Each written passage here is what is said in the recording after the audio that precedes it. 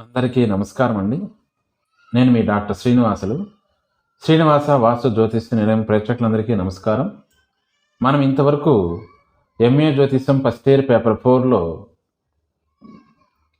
ఇంతవరకు మనకి వాస్తు అనే అంశంలో 7 లెసన్స్ అయ్యాయి. ఇది 8వ లెసన్. ఇది వచ్చి శంకు లక్షణము. దీంట్లో శంకు కొంచెం వివరం తెలుసుకొని ఎలా అంటే శంకు అంటే దానికి అంతరార్థం ఏమి అనే దాని గురించి మనం ఇప్పుడు ఈ లెసన్లో తెలుసుకుందాం.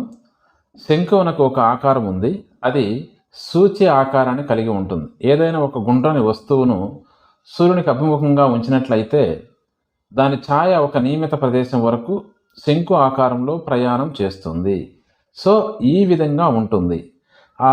ఈ యొక్క శంకువునకు శక్తిని అంటే ఆ సూచిలాగా ఉన్న దానికి శంకువునకు శక్తిని ఆకర్షించే లక్షణం ఉంది.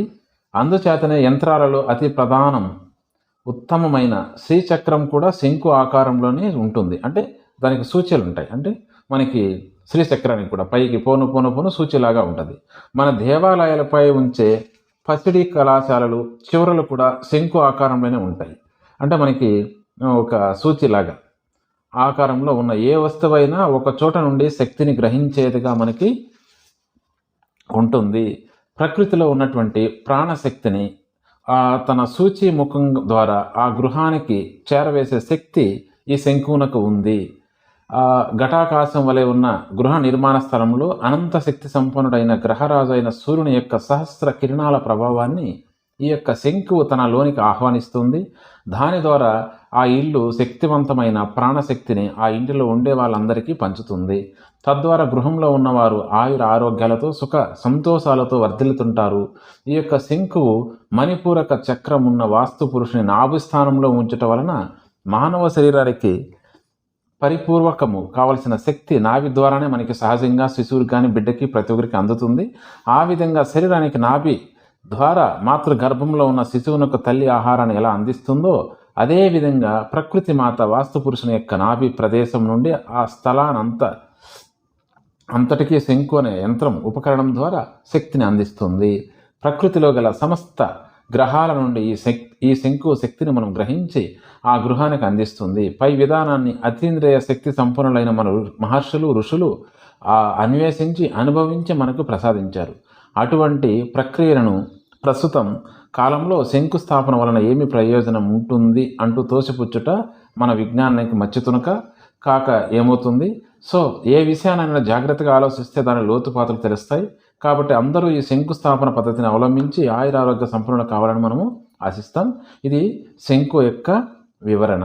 సో మళ్ళీ అంతేకాకుండా సూర్యగ్రహణంలో చంద్రుని యొక్క నీడ శంకు ఆకారంలో భూమిపై పైన పడడం, చంద్రగ్రహణ సమయంలో భూమి నీడ చంద్రుని పైన పడడమే.